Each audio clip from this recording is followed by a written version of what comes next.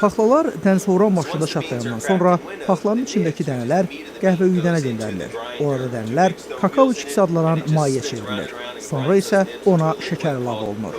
Mənim şokoladım elə bundan ibarətdir. Kakao paxlası və şəkər. Bu şokoladın tərkibində bunlar ikisi var. Tərkib hissələri sadə ola bilər, amma yaxşı şokolad düzəltmək heç də asan deyil. Yediyiniz şokolad istehsalçının yaradıcı seçimlər etməsinin nəticəsidir. Bunları paxlaları necə qoyduqlarından, necə yutduklarından və şokoladın dadına təsir göstərən prosesləri necə həyata keçirdiklərindən asılıdır. Mənim şokoladım da mənim yaradıcı prosesimdəki seçimlərin birbaşa nəticəsidir. Çünki mənim prosesim hətta eyni avadanlıqlardan istifadə edən digər insanların prosesindən fərqlidir. Ben Rasmussenin şokolad sevdası 8 il öncə o dadlı qara şokoladın tamına baxandan sonra başlayıb. O həmin şokoladı çox sevdiyini və onu hazırlamağın yollarını öyrənməyə başladığını deyir. Mən şokolad hazırlamağı internetlə və köhnə kitablar oxuyaraq öyrəndim. Sonra ikinci əl avadanlıqlar aldım və prosesin üzərində işləməyə başladım. Və bu prosesi çox sevdim. Yəni bu iş belə başladı.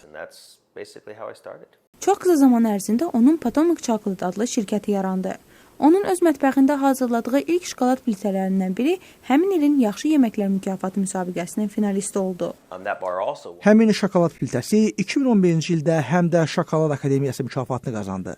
Mən həmçinin 4 müxtəlif şokolad plitəsinə görə də Şokolad Akademiyası mükafatını, eləcə də bir neçə beynəlxalq şokolad mükafatları əldə etmişəm. Bu mükafatlar onun şokoladına tələbi artırdı və Rasmussen şokolad istehsalını evinin mətbəxindən zirzəmisinə köçürdü. O, indi də şokoladı elə orada hazırlayır. Rasmussen həm də avadanlıqlarının çoxunu özü düzəldib. Amma şokolad istehsalı onun əsas işi deyil. Mən Linux sistemlərinin administratoruyam və işim çox olur. Ona görə də iş yeri ilə şokolad hazırlamaq arasında balansı qorumaq çətindir. Xüsusilə də ailəm və 4 övladımın olduğunu nəzərə alsaq. Mən çox məşğul insanam.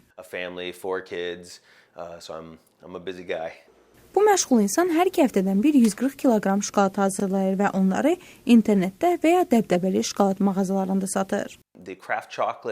Xüsusi şokolad bazarı böyüyür. Mən şokoladların hamısını özüm hazırlayıram. Ona görə də şirkətim çox balacadır, amma böyüməkdə davam edir. Hər il bir öncəki illə müqayisədə daha yaxşı olur.